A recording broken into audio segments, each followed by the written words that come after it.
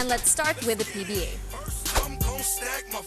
A new entry at the third spot, Rain or Shine is off to its best start in franchise history. Bolstered by three outstanding rookies, Gabe Norwood, Sol Mercado, and T.Y. Tang have been as good as advertised. They are playing like veterans and have been coming up big at the clutch in wins over the Gin Kings and the Tropang Texters. With a long season ahead, let's see if they can keep up with their precise three-point shooting and a deadly running game. The Aces remain second fiddle in this week's list. The win against the Gin Kings was unbelievable, holding last season's champs Ginebra to 5 points in the last 10 minutes of the game, including overtime.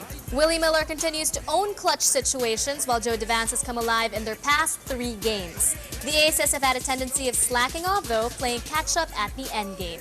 With a tough schedule coming up, Tim Cone will have to address that. Staying at the top spot for the second straight week are the Beer Men. They've only lost 2 games this season and both were 1-point heartbreakers. It's going to be hard beating them in close games though, especially with the bench this deep. An example would be that double overtime classic against the Express where 6 Beer Men scored in double figures. Now the Beer Men are prime contenders for the title, but it's still a little too early to tell. And right now we're going to cross the Pacific and check out the rankings for the NBA. At number 3, we have New Orleans. The surprise loss at home to the Hawks was a fluke. With a whopping scoring average of 106, they won their first 3 games of the season.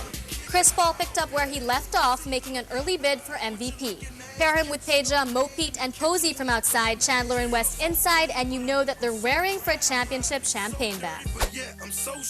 Dropping to the second is Boston. Entering the season, the Celtics showed no signs of a championship hangover, but that shocking loss to the Pacers set them back a bit. But they've trounced on Houston and its own version of the Big Three. There are rumors that the C's are interested in Antonio McDice once the Nuggets buy him out. Dice can be the veteran presence needed on the bench and will fill the void left by P.J. Brown. The Lakers are our new number 1. With Bynum still trying to find his rhythm with Pau Gasol and Lamar Odom fitting in with the bench, the Lakers are destroying the opposition with a 21.7 average margin of victory. And Kobe ain't hot yet. They've got one of the deepest rosters in the league, and that will come in handy come the postseason.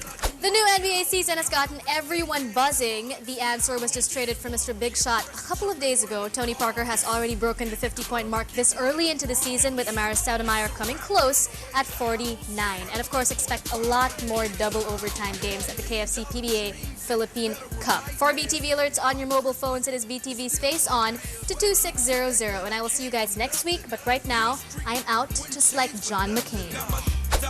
Such a wonderful feeling. 3-car garage with the 12-foot ceiling.